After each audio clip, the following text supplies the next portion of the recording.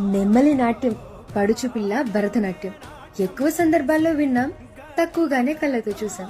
అప్పట్లో శోభన గారు, మధ్యలో చార్మి గారు, ప్రస్తుతం సాయి పల్లవి గారు. సినిమాలో నాట్యం చేస్తుంటే ఆనందించాం, అభినందించాం. కానీ బయట ఎప్పుడైనా క్లాసికల్ డాన్స్ చూసారా అని అడిగితే చాలా మంది చెప్పే జవాబు ఒక్కటే, పెద్దగా లేదు అని. క్లాసిక్ సినిమాలు చూసే మనం క్లాసిక్ డాన్స్ ని మాత్రం చూడకుండా తెలుసుకోకుండా ఉంటే ఎలా? మనకి నచ్చినట్టు చేతులు కాళ్ళు కదిపితే అది డాన్స్. అదే నృత్యాన్ని క్రమశిక్షణతో, భావనలతో, చూపులతో దేవుడి ముందు ఆరాధనలా చేస్తే అది నాట్యం. ఒక్కోసారి అనిపిస్తుంది నాట్యం అంటే దేవుడి ముందు చేసేది కాదు, దేవుడే వచ్చి చేస్తున్నాడేమో అని.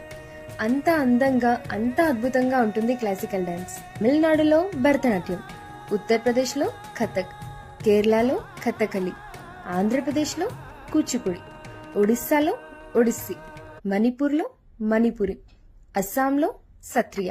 ప్రాంతాలు వేరేనా, భావం ఒకటే, కళ ఒకటే.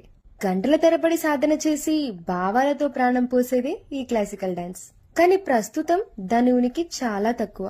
క్లాసికల్ డాన్స్ కేవలం కళ కాదు, మనసుకి ఉపశమనం. వాళ్ళు ఒక ఫ్లోలో నాట్యం చేస్తుంటే మనలోని నటరాజు మనకే తెలియకుండా లీనమైపోయి నాట్యం చేస్తున్నాడా అన్నట్టుంటుంది. అంత గొప్పది, అంత అందమైనది క్లాసికల్ డాన్స్. దాని ఉనికిని కాపాడే ప్రయత్నం చేద్దాం.